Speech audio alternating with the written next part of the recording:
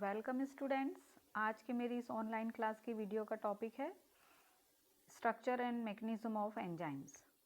इससे पहले मैंने एंजाइम्स के कैरेक्टर्स आपको बताए, हमने उनका क्लासिफिकेशन और नॉमेनक्लेचर पढ़ा था और आज उनकी संरचना और मोड ऑफ एक्शन जिसे हम कहते हैं उसके बारे में पढ़ेंगे। सबसे पहले लेते हैं एंजाइम की संरचना। एंजाइम्स जो होते हैं वो हायर मॉलिक्यूलर वेट अणुभार वाले प्रोटीन के अणु होते हैं और ये केवल प्रोटीन के बने हो सकते हैं अथवा प्रोटीन के अलावा भी इनमें नॉन प्रोटीन पार्ट भी हो सकता है। तो इनका जो केमिकल कंपोजिशन है उसके आधार पर हम एंजाइम्स को दो कैटेगरी में डिवाइड करते हैं, simple enzyme and conjugated enzymes. तो सबसे पहले रहते हैं सिंपल एंजाइम, जिसे हम हिंदी में कहते हैं सरल एंजाइम। ऐसे एंजाइम जो केवल प्रोटीन के बने होते हैं उन्हें हम कहते हैं सरल एंजाइम्स। तो इस प्रकार ये केवल अमीनो एसिड से मिलकर बनते हैं और कोई दूसरा अमीनो एसिड के अलावा और कोई भी पार्ट इनमें नहीं मिलता है। इस श्रेणी में, एंजाइम की इस श्रेणी में यानी सिंपल एंजाइम्स में ज़्यादातर एंजाइम्स जो होते हैं, अधिकांश मतलब जितने भी एंजाइम्स हैं उनकी अधिकांश जो भाग है वो इसी श्रेणी के अंतर्गत आता है, यानी वो सरल या सिंपल प्रकार के होते हैं। इनके एग्जाम्पल्स हैं कुछ, पेप्सिन है, अमाइलेज है, ट्रिप्सिन है, लाइपेज है, ये इसके एग्जाम्पल हैं। जो इम्पॉर्टेंट है दैट इज कॉन्जुगेटेड एंजाइम्स, जिसे हम कहते हैं संयुक्त एंजाइम्स। छोटे छोटे क्वेश्चंस जो होते हैं 1 मार्क क्वेश्चन इससे बनते हैं। कॉन्जुगेटेड एंजाइम ऐसे एंजाइम होते हैं जिनमें प्रोटीन पार्ट के अलावा भी नॉन प्रोटीन पार्ट भी पाया जाता है, यानी प्रोटीन पार्ट तो है ही लेकिन उसके अलावा उनमें नॉन प्रोटीन पार्ट मिलता है। तो उसे हम कहते हैं कॉन्जुगेटेड, या हिंदी में उसे कहते हैं हम संयुक्त एंजाइम। कॉन्जुगेटेड या संयुक्त एंजाइम। संयुक्त एंजाइम का जो प्रोटीन पार्ट होता है, जो इस एंजाइम में जो प्रोटीन पार्ट होता है उसको कहते हैं एपो एंजाइम और उसके नॉन प्रोटीन पार्ट को हम कहते हैं प्रोस्थेटिक ग्रुप या कोफैक्टर। ठीक है, ये प्रोस्थेटिक ग्रुप जो है ये एक्चुअली आगे मैं आपको समझाऊंगी, यहाँ पर हम इसको लिख सकते हैं कोफैक्टर। ठीक है, अगर कोफैक्टर जो है वो स्ट्रॉन्गली अटैच रहता है इस एंजाइम के साथ तो हम उसको कहते हैं फिर प्रोस्थेटिक ग्रुप। तो यहाँ पर हम कोफैक्टर भी इसको बोल सकते हैं। ठीक है, तो इस तरह ये पूरा एंजाइम कॉन्जुगेटेड एंजाइम्स जिसमें एपो एंजाइम या कोफैक्टर या प्रोस्थेटिक ग्रुप होता है, यानी प्रोटीन और नॉन प्रोटीन पार्ट होता है, वो मिलके कहलाता है होलो एंजाइम। तो 1 मार्क क्वेश्चन हो गए। एक एपो एंजाइम किसे कहते हैं, ये 1 नंबर का क्वेश्चन यहाँ बनता है। होलो एंजाइम किसे कहते हैं, ये 1 नंबर का क्वेश्चन बनता है। तो एपो एंजाइम क्या है, संयुक्त एंजाइम का प्रोटीन पार्ट। संयुक्त एंजाइम जो है वो प्रोटीन और नॉन प्रोटीन दो कंपोनेंट से मिलकर बनते हैं, तो उसके प्रोटीन कंपोनेंट्स को हम एपो एंजाइम कहते हैं। ठीक है, और नॉन प्रोटीन संयुक्त एंजाइम के नॉन प्रोटीन और प्रोटीन पार्ट मिलकर एक कंप्लीट एंजाइम का निर्माण करते हैं जिसे हम कहते हैं होलो एंजाइम। ठीक है, तो यहाँ आप देख सकते हैं होलो एंजाइम जो है वो एपो एंजाइम और कोफैक्टर यानी प्रोस्थेटिक ग्रुप, जैसा कि मैंने कहा, अगर इस स्ट्रॉन्गली जुड़ा है कोफैक्टर तो हम उसको कहते हैं प्रोस्थेटिक ग्रुप। तो ये दोनों मिलकर इसका निर्माण करते हैं। तो ये आप याद रखिए, एपो एंजाइम और होलो एंजाइम, यहाँ 2 क्वेश्चन यहाँ पर बन रहे हैं। कोफैक्टर यानी नॉन प्रोटीन पार्ट जो हैं वो 2 प्रकार के हो सकते हैं। कोफैक्टर यानी नॉन प्रोटीन पार्ट जो एंजाइम का है वो 2 प्रकार के हो सकते हैं, को एंजाइम और एक्टिवेटर। को एंजाइम क्या होते हैं, ऑर्गेनिक कंपाउंड्स होते हैं, और एक्टिवेटर क्या होते हैं, वो मेटल आयंस होते हैं। धात्विक जो तत्व हैं कोफैक्टर के रूप में काम करते हैं तो वो एक्टिवेटर कहलाते हैं, और कार्बनिक कंपाउंड जो होते हैं तो हम उन्हें कहते हैं को एंजाइम।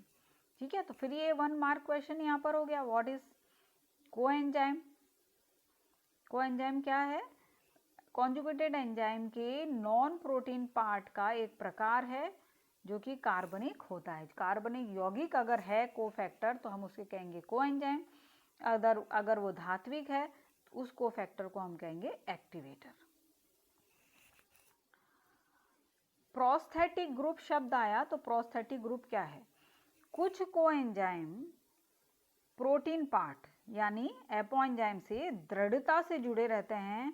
इन्हें प्रोटीन को विघटित किए बिना पृथक नहीं किया जा सकता, उन्हें हम प्रोस्थेटिक ग्रुप कहते हैं। क्लियर हो गया? कुछ कोएंजाइम्स प्रोटीन भाग यानी एपोएंजाइम से दृढ़ता से जुड़े रहते हैं तो उन्हें हम जिन्हें प्रोटीन को विघटित किए बिना नहीं निकाला जा सकता उन्हें हम कहते हैं प्रोस्थेटिक ग्रुप। यहाँ कोएंजाइम के साथ साथ हम इनको कोफैक्टर भी बोल सकते हैं। कोफैक्टर और कोएंजाइम, जैसे वापस बैक ले लेती हूँ मैं, एक बार आपको बता देती हूँ। यहाँ पर एपोएंजाइम था और प्रोस्थेटिक ग्रुप को मैंने क्या बोला था? कोफैक्टर, है ना। तो यहाँ पर हम कई बुक्स के अंदर सीधे प्रोस्थेटिक ग्रुप रख देते हैं, तो हम इसको कहते हैं कोफैक्टर। ठीक है, तो कोफैक्टर जो है उसको भी हम यहाँ मान लेते हैं। तो यहाँ पर ये कोएंजाइम्स जो हैं जो कि कोफैक्टर के प्रकार हैं, तो उसे हम दृढ़ता से अगर वो जुड़े हुए हैं तो उसको हम कहते हैं प्रोस्थेटिक ग्रुप। ठीक है, अब हम ले लेते हैं कोएंजाइम्स के बारे में। जब ये जो अप्रोटीन पार्ट हैं, कार्बनिक पदार्थ होते हैं, तो उनको हम कहते हैं कोएंजाइम, यानी इनका कैरेक्टरिस्टिक्स है कि ये कार्बनिक पदार्थ होते हैं। ये कार्बनिक यौगिक एंजाइम के साथ ढीला बंधन बनाते हैं, लूजली अरेंज रहते हैं विद एपोएंजाइम यानी प्रोटीन पार्ट के साथ लूजली अरेंज रहते हैं। और ये कंप्लीट एंजाइम यानी जो होलो एंजाइम है उसका 1% पार्ट होता है, यानी कि 99% जो होता है वो उसका प्रोटीन पार्ट होता है और ये 1% पार्ट इसमें रखते हैं। ये ज़्यादातर विटामिन और विटामिन की तरह के कंपाउंड होते हैं। सारे विटामिन जो हैं वो कोएंजाइम नहीं है, ये याद रखिएगा, है ना। कुछ विटामिन या विटामिन की तरह के ये सब्सटेंसेस होते हैं और ये इस ग्रुप के एंजाइम्स जो होते हैं उनका काम होता है ज़्यादातर ये समूह स्थानांतरण अभिक्रियाओं में भाग लेते हैं, है ना। ग्रुप ट्रांसफर रिएक्शन जो होती है उनमें ये भाग लेते हैं। आगे मैं अभी आपको बताती हूँ उनके ग्रुप ट्रांसफर रिएक्शन में भाग लेते हैं। इन प्लांट्स में कुछ इम्पॉर्टेंट कोएंजाइम्स जो हैं उनको हम इस तरह से पढ़ सकते हैं।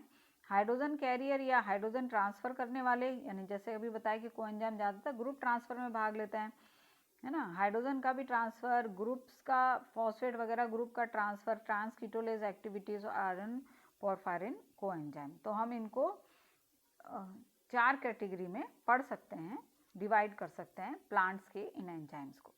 हाइड्रोजन कैरियर एंजाइम्स जो होते हैं ये वो कोएंजाइम होते हैं जो हाइड्रोजन को एक्सेप्ट करते हैं एक कंपाउंड से and donate it to the another compound to perform oxido reduction reactions. ठीक है, इसको हम नेक्स्ट स्लाइड में देख सकते हैं। यहाँ पर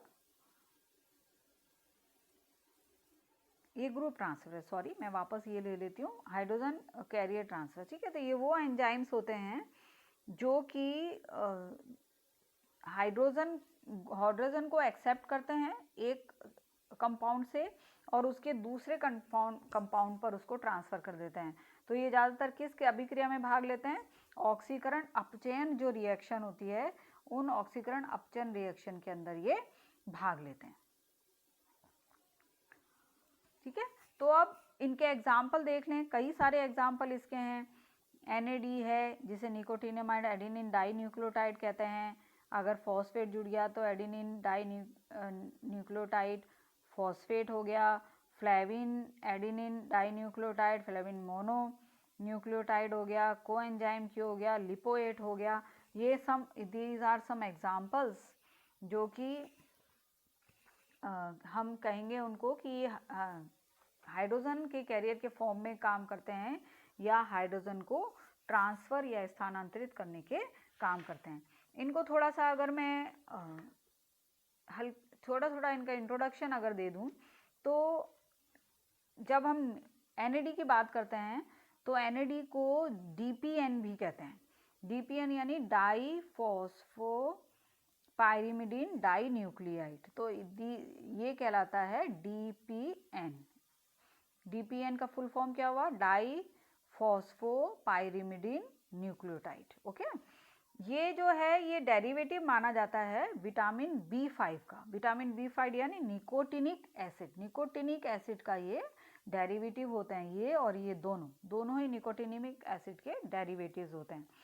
तो अभी जैसे फंक्शन तो मैंने इनका बता ही दिया कि ये जो है हाइड्रोजन को ट्रांसफ़र करने का काम करते हैं और इलेक्ट्रॉन के एक्सेप्टर का काम भी करते हैं।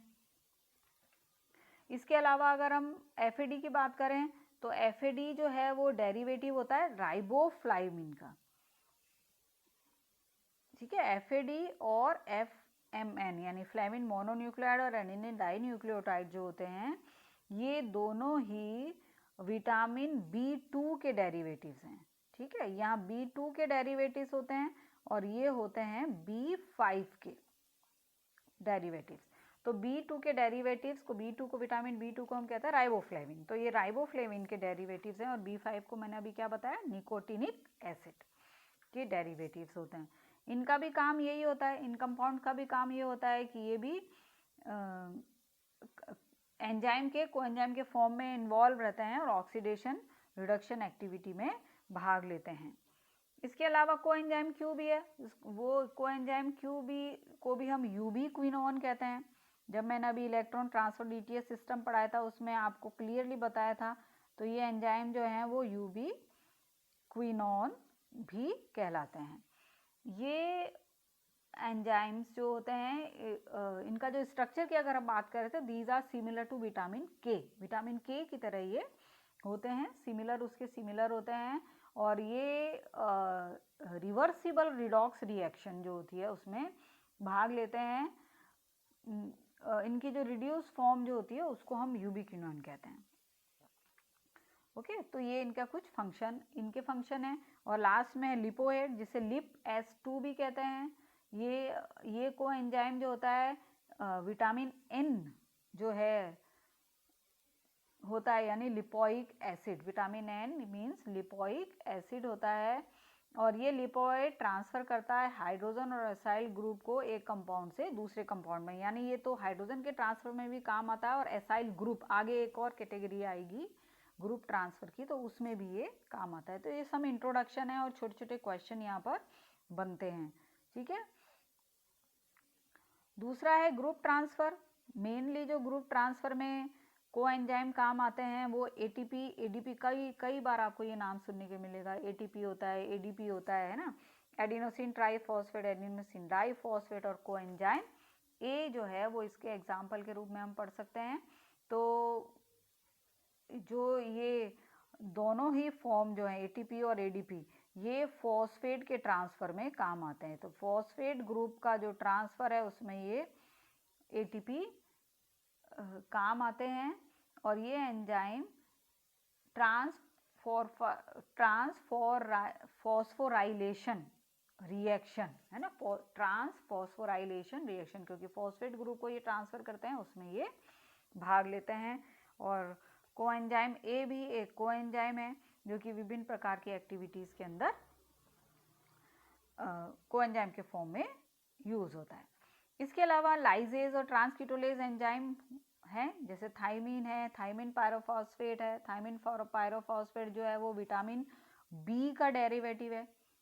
It is a derivative of vitamin B1 यानी thiamine. Vitamin B1 is called thiamine. तो थाइमीन का डेरिवेटिव होता है, उसका व्युत्पन्न होता है थाइमीन पायरोफॉस्फेट। और ये जो एंजाइम होता है ये भी ऑक्सीडो कार्बोक्सिलेशन, जैसे हमने रेस्पिरेशन में बना होता है अल्फा कीटो एसिडिन का, ये करने का काम करता है। और ये कोएंजाइम जो है वो पेंटोस फॉस्फेट पाथवे में ट्रांसकीटोलेज एक्टिविटी करने का काम करता है। इसके अलावा यूरिडीन डाइफॉस्फेट जो होता है ये एंजाइम कोएंजाइम है ग्लूकोज आइसोमराइजेशन के लिए। ग्लूकोज आइसोमराइजेशन का ये काम करता है और ये एंजाइम ग्लूकोज के साथ कंबाइन होकर यूडीपी ग्लूकोज का निर्माण करता है। तो ये ज़्यादातर जो होता है ग्लूकोज पर काम करता है और उसके साथ जुड़कर यूडीपी ग्लूकोज का निर्माण करता है और ये यूडीपी ग्लूकोज को फिर कन्वर्ट कर देता है into isomer UDP glucose galactose. ठीक है, तो ये एंजाइम रिएक्शन इस तरह से ये होती है। इसके बाद है टेट्राहाइड्रोफोलिक एसिड, जिसे हम THFA भी कहते हैं। इसको कोएंजाइम F भी कहा जाता है, इसको कोएंजाइम F भी कहते हैं। ये एंजाइम जो होता है वो मोनोकार्बन कंपाउंड के साथ बाइंड हो जाता है और एक एक्टिव कोएंजाइम का निर्माण कर देता है। इसको हम डेरिवेटिव मानते हैं विटामिन फॉलिक एसिड का। ये फॉलिक एसिड का डेरिवेटिव या व्युत्पन्न होता है और ये मोनोकार्बन रेडिकल्स को, जिनमें कि फॉर्माइलिन या फॉर्मेनिन होता है या मिथाइल ग्रुप होता है या मिथाइलिन ग्रुप होता है, इन सबको ट्रांसफ़र करने का काम करता है। तो इस तरह से ये इसका इंट्रोडक्शन था। और लास्ट का जो ग्रुप है वो आयरन कंटेनिंग कोएंजाइम्स जो हैं, जैसे कि साइटोक्रोम है, बायोटीन है। ठीक है, तो ये साइटोक्रोम का तो पूरा एक ETS साइकिल के अंदर मैं बता चुकी हूँ। Cytochrome A, cytochrome A3, cytochrome C। तो ये कोफैक्टर, ये जो साइटोक्रोम पूरा जो तंत्र चलता है वो आयरन से, आयरन उसमें Fe+3 फेरिक और फेरस दोनों का ही बताया था मैंने, दोनों के साथ मिलकर ये एक कोएंजाइम का काम करता है। बायोटीन जो होती है, इसको हम बायोटीन को कोएंजाइम R भी कहते हैं। ये विटामिन H का डेरिवेटिव होता है, विटामिन H का ये डेरिवेटिव होता है और ये the active form of biotin as coenzyme is carboxy biotin. इसका जो एक्टिव फॉर्म जो होता है वो कार्बोक्सी बायोटीन कहलाता है और इसका क्या काम आता है? It is required for the reaction catalysed by acetyl coenzyme A, carboxylase and pyruvate carboxylase. वहाँ पर ये कोएंजाइम के फॉर्म में यूज होता है। एक्टिवेटर्स जो होते हैं वो सिंपली इनऑर्गेनिक सब्सटेंसेस होते हैं, है ना। अभी कोएंजाइम्स क्या थे? कार्बनिक पदार्थ थे और ये जो होते हैं ये प्योरली अकार्बनिक पदार्थ, जैसे धातु तत्व होते हैं उन्हें हम कोफैक्टर कहते हैं। ये तत्व ढीले बंधन के द्वारा ढीले बंधन, लूज बॉन्ड बनाने वाले कैटायंस होते हैं। और जैसे कि मैंने पहले भी बताया था, अगर ये फर्मली सघनता के साथ जुड़े हुए रहते हैं तो हम इन्हें कोफैक्टर, इन्हें हम प्रोस्थेटिक ग्रुप के फॉर्म में भी बोल सकते हैं।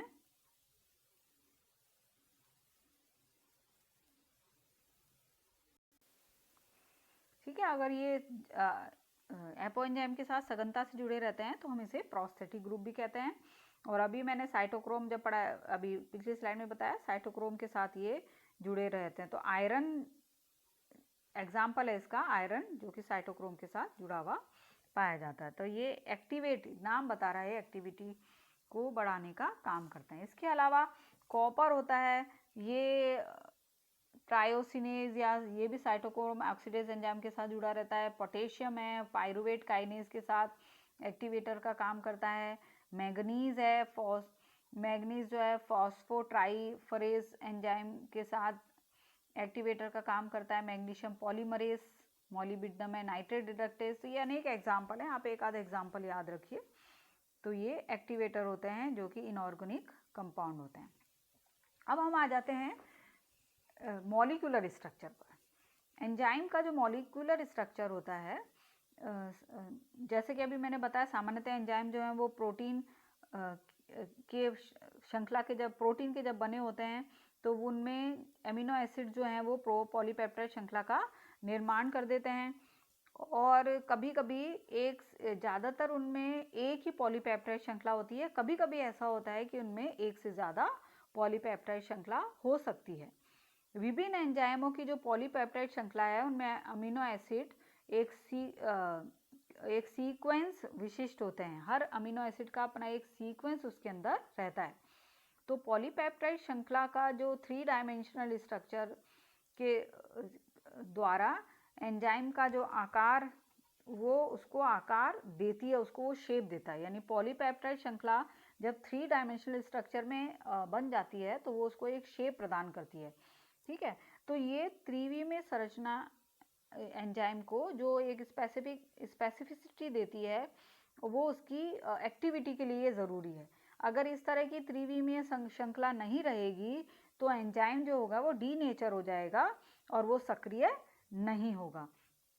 तो ये एक जो 3 डायमेंशनल पॉलीपेप्टाइड का अरेंजमेंट रहता है वो एक एंजाइम के सक्रिय होने के लिए आवश्यक होता है। इसको एक एग्जाम्पल के रूप में देखते हैं।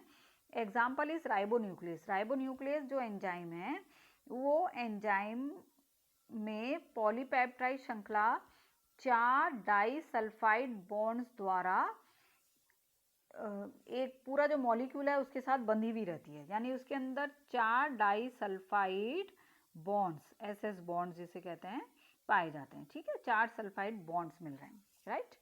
तो अब क्या होता है, यदि इन बॉन्ड्स को किसके द्वारा, मरकैप्टोज इथेनॉल, ठीक है, जो कि इन बॉन्ड्स को अपचयन उनका कर देती है, उसको अपचेत कर देती है ना, तो वो उसको रिड्यूस कर देती है।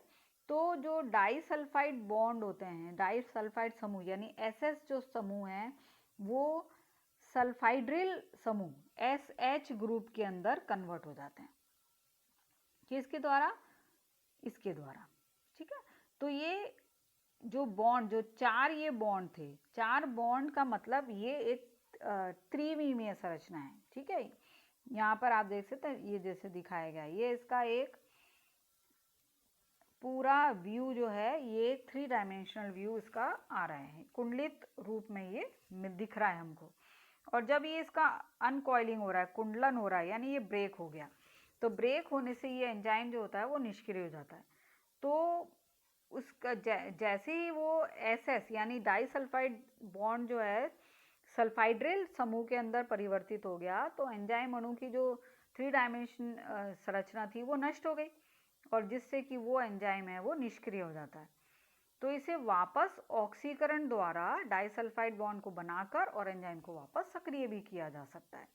तो आप देखते हैं ये हर एंजाइम पर एक एक्टिव साइड होता है। अभी मैं आगे आपको अगली स्लाइड में बताती हूँ कि हर एंजाइम पर एक एक्टिव साइड होता है जहाँ पर कि क्रियाधार जाकर जुड़ता है, और ये इसका यहाँ बीच में इसके 4 disulphide SS bond, disulphide bonds यहाँ पर मिल रहे हैं। तो ये एंजाइम्स अगर इस तरह की फॉर्म के अंदर है तो ये एक्टिव है।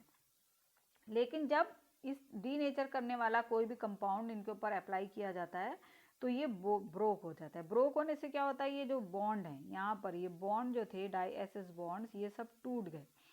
ठीक है, क्योंकि अब पास पास थे, कुंडलित थे तो जुड़े हुए थे, और यहाँ से ये आपस में जुड़े हुए थे, अब ये टूट गए और एक्टिव साइड भी जो था वो भी ब्रेक हो गया। तो ऐसी स्थिति में क्या हो गया, अब ये एंजाइम डीनेचर हो गया, अब ये काम नहीं करेगा। लेकिन इसकी इस वापस नेचर को बदला जा सकता है, कैसे, इसका ऑक्सीकरण कराकर। ऑक्सीकरण करने से वापस बॉन्ड्स का निर्माण होता है। बॉन्ड्स का निर्माण हो रहा है, इसका मतलब इसकी वापस कुंडलन संरचना जो है वो बन जाती है। दिस इज द एग्जाम्पल जिससे कि हम इसके आणविक संरचना के बारे में बताते हैं। एक्टिव साइट, जैसे कि मैंने कहा एक्टिव साइट, एक्टिव साइट क्या है, अगर हम किसी भी एंजाइम के एक्शन की बात करते हैं, किसी भी एंजाइम के एक्टिविटी या मैकेनिज्म की बात करते हैं, तो सबसे इम्पॉर्टेंट जगह जो वो रहती है वो होता है उस एंजाइम पर पाए जाने वाला एक कैटालिटिक पार्ट, जो कि क्रियाधार को जोड़ने का काम, क्रियाधार उस पर जाकर जुड़ता है, उसे हम कहते हैं एक्टिव साइट। तो इंग्लिश में हम कहेंगे restricted region of an enzyme molecule which binds to the substrate, यानी ये वो भाग है जिसपे सबस्ट्रेट के साथ जुड़ता है, ये एंजाइम अणु का वो भाग जो क्रियाधार को बांधता है।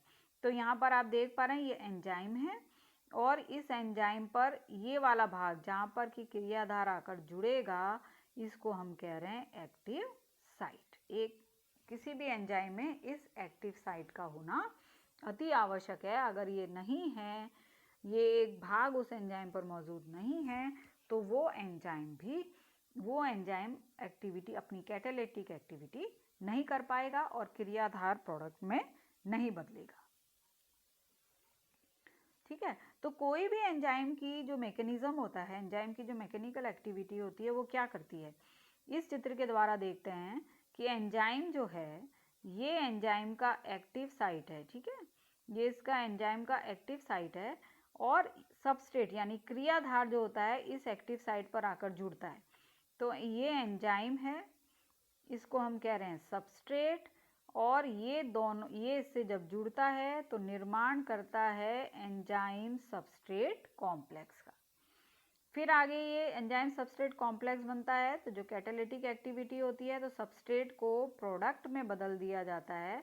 तो ये सबस्ट्रेट जो है प्रोडक्ट में बदल जाता है और एंजाइम वापस अभिक्रिया के बाद फ्री हो जाता है। ये शुरू वाले लेक्चर में मैंने बताया था कि एंजाइम मिडिल मैन होते हैं किसी भी रिएक्शन के, किसी भी रिएक्शन को कैटालाइज करते हैं और खुद आराम से उस रिएक्शन से बाहर हो जाते हैं।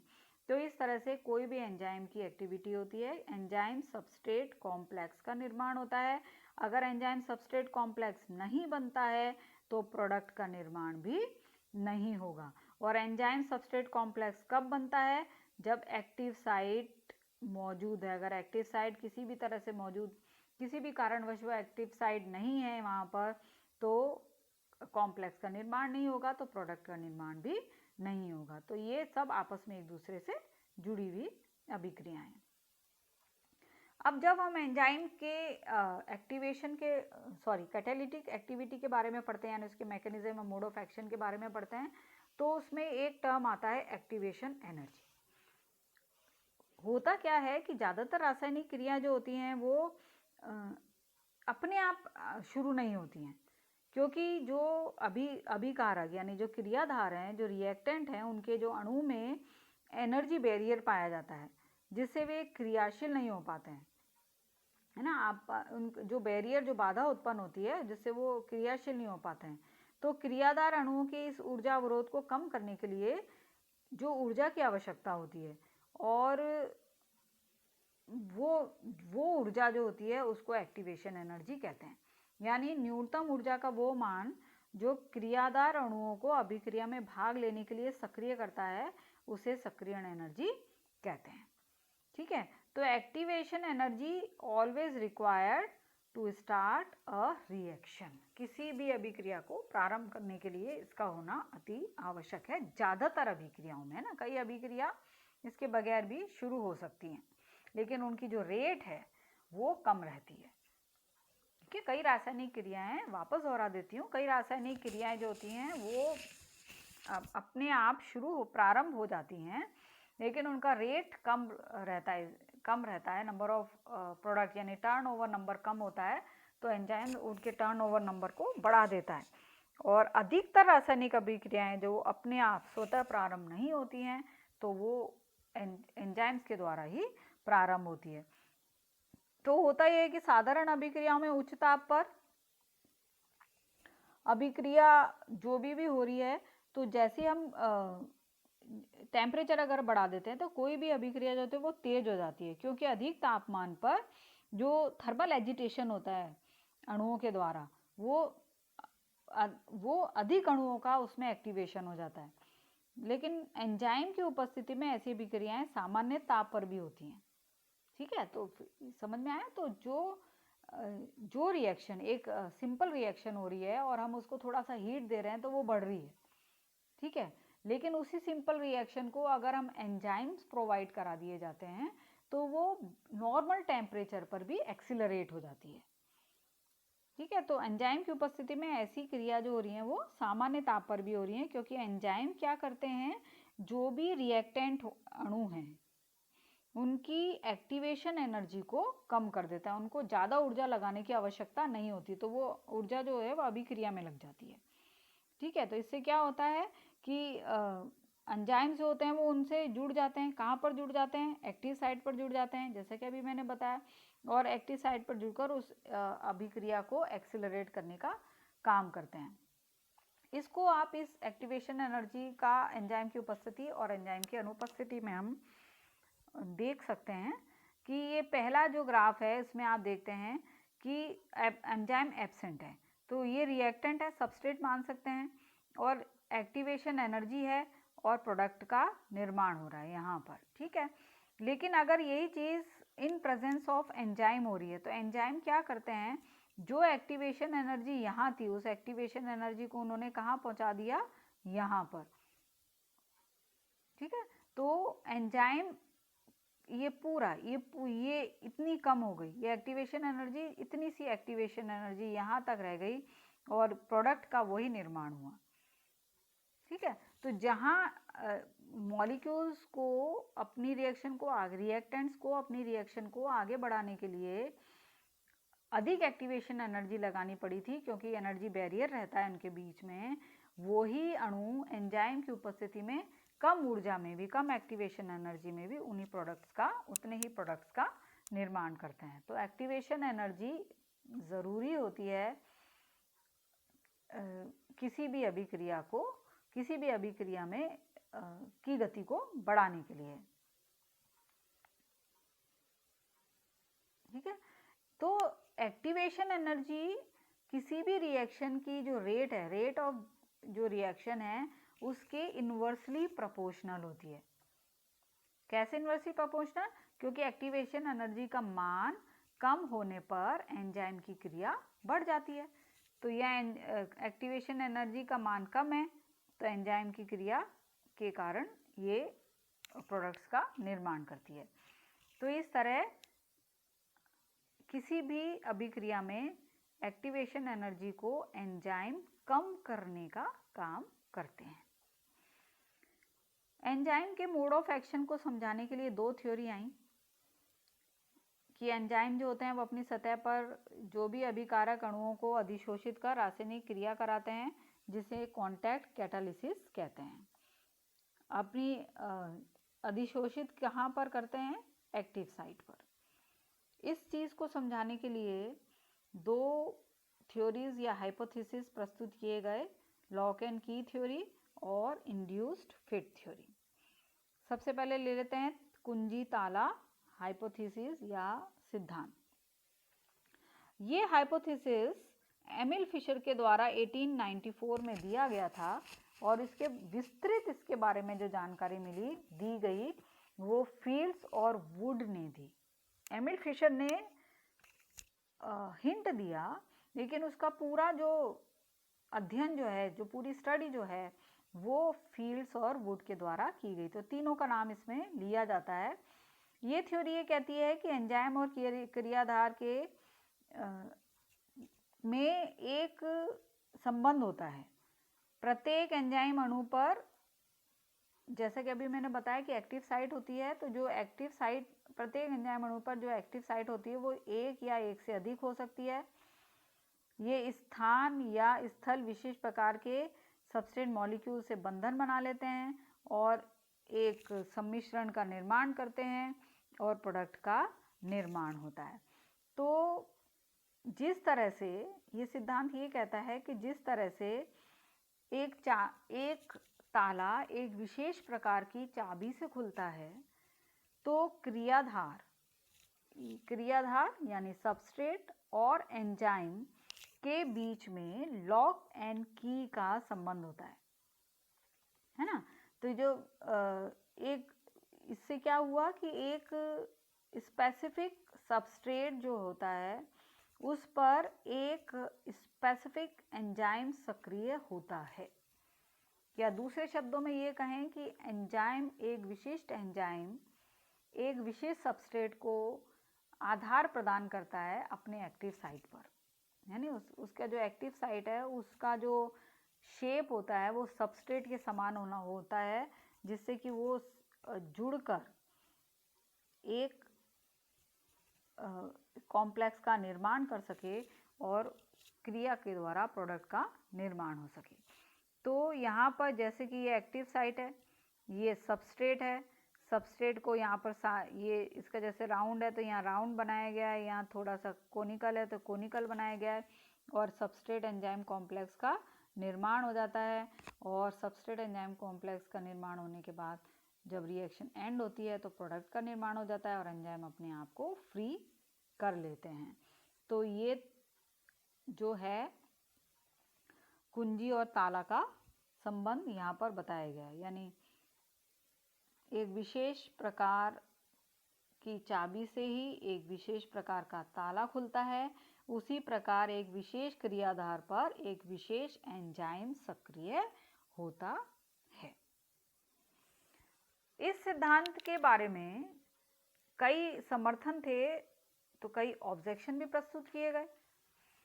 जब ऑब्जेक्शन ये आया कि एंजाइम जो होते हैं वो प्रोटीन के यौगिक होते हैं और अभिक्रिया के समय उनकी वास्तविक आकृति में जब कभी भी रिएक्शन होती है तो वो अपनी जो इनकी जो शेप होता है उसमें वो नहीं रह पाते हैं, जबकि उनके जो विन्यास में परिवर्तन होता है जिससे कि उनका जो एक्टिव साइट होता है वो भी बदल जाता है।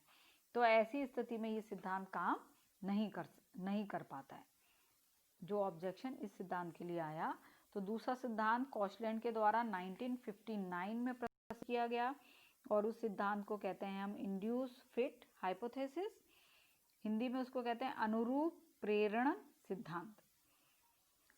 ये सिद्धांत क्या कहता है? ये सिद्धांत ये कहता है कि एंजाइम प्रोटीन के जो भी क्रिया स्थल होते हैं उनमें अभिक्रिया के दौरान कॉन्फ़िगरेशनल चेंजेस होते हैं, यानी जो एक्टिव साइट होता है ये एक्टिव साइट ज्यामितिक परिवर्तन प्रस्तुत करता है ना, और ये ज्यामितिक परिवर्तन होने से एंजाइम कॉम्प्लेक्स का निर्माण हो जाता है और एंजाइम कॉम्प्लेक्स का निर्माण होने से अभिक्रिया आगे बढ़ती है और प्रोडक्ट का निर्माण होता है। तो उनके अनुसार, यानी हम कॉशलैंड की बात कर रहे हैं, इसको अगर हम सिंपल भाषा में ये कहें कि अगर जैसे सॉक्स हैं, मोजे हैं, हम पहनते हैं पैर में, तो मोजों का जो साइज़ है वो हमारे पैर के साइज़ से छोटा होता है, लेकिन जब हम अपना पैर उस मोजे में डालते हैं और मोजे को पहनते हैं तो वो मोज़ा एक्सपांड कर जाता है ना, मोज़ा अपने पैर के अनुरूप वो मोजा जो है, जो सॉक्स है, वो ढल जाता है। यहाँ पर भी वही थ्योरी काम करती है कि ये कहती है कि एंजाइम का जो एक्टिव साइट होता है वो सबस्ट्रेट के अनुरूप अपना विन्यास बदल लेता है जिससे कि एंजाइम सबस्ट्रेट कॉम्प्लेक्स का निर्माण हो सके। तो कॉशलैंड ये कहते हैं कि एक्टिव साइट जो है, ये एक्टिव साइट है, एक्टिव साइट पर दो समूह या ग्रुप उपस्थित होते हैं। एक को उन्होंने कहा बटरेसिंग ग्रुप और एक को कहा कैटेलिटिक ग्रुप। बटरेसिंग समूह को हिंदी में कहते हैं अवलंबन समूह और इसको कहते हैं उत्प्रेरक समूह। ठीक है, अवलंबन समूह यानी बटरेसिंग ग्रुप का क्या काम होता है? ये किसी भी सबस्ट्रेट को एक बेस या आधार प्रदान करने का काम करता है, जबकि कैटालिटिक ग्रुप, जैसा कि उसका नाम पता है, वो सबस्ट्रेट को प्रोडक्ट में बदलने का काम करता है। तो दोनों ही ग्रुप जो होते हैं वो पास पास स्थित होते हैं। अगर ये पास स्थित नहीं होंगे तो अभिक्रिया आगे नहीं बढ़ेगी। तो क्रियाधार, जब कोई भी सबस्ट्रेट होता है वो सबस्ट्रेट सबसे पहले एंजाइम के बटरेसिंग ग्रुप पर स्थित हो जाता है, यानी उससे जुड़ जाता है और एंजाइम सबस्ट्रेट कॉम्प्लेक्स का निर्माण कर लेता है। तो एंजाइम के विन्यास में इस प्रकार परिवर्तन होता है कि जो कैटालिटिक समूह जो है वो बिल्कुल इसके पास आ जाता है। ठीक है, तो जब वो एकदम पास पास स्थित हो जाते हैं तो वो जो क्रियाधार है उस जो बॉन्ड जो होते हैं उसका काम होता है उसको तोड़ दो, जिससे कि वो सामने या उसके निकट आ गया और क्रियाधार को उत्पाद में परिवर्तित कर गया।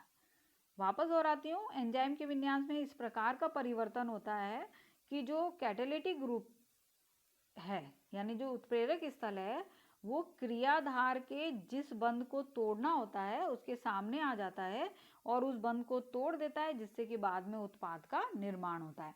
तो बटरेसिंग ग्रुप का काम क्या हुआ? बटरेसिंग ग्रुप केवल उसको सबस्ट्रेट को जगह दे रहा है, ठीक है। और पूरी जो रिएक्शन है वो कैटालिटिक ग्रुप के द्वारा हो रही है, यानी जो सबस्ट्रेट पर जो रिएक्शन हो रही है वो कैटालिटिक ग्रुप के द्वारा होती है। वो उसके बॉन्ड तोड़ देता है और वो सबस्ट्रेट में उसको बदल देता है। अब यहाँ आप देख पा रहे हो, चित्र में दिखा रहे हैं कि ये एंजाइम है और ये सबस्ट्रेट है। और लॉक एंड की के विपरीत हम देखेंगे कि सबस्ट्रेट की तरह का एक्टिव साइट यहाँ पर मौजूद नहीं है। तो अब क्या करेगा? जैसे ही ये सबस्ट्रेट इस पे जुड़ेगा एक्टिव साइट पर, यानी बटरेसिंग ग्रुप पर आकर जुड़ेगा, तो ये अपना शेप जो है वो चेंज कर लेगा। और जब शेप चेंज होगा तो इस तरह से अब एंजाइम सबस्ट्रेट कॉम्प्लेक्स का निर्माण हो गया। तो ये राउंड शेप में यहाँ पर हो गया, यहाँ पर ई शेप यहाँ दिख रही है हमको, और यहाँ पर ये राउंड शेप बन गई, जिससे कि एंजाइम सबस्ट्रेट कॉम्प्लेक्स का निर्माण हो गया। तो इंड्यूस कैसे हो गया कि इसने इसको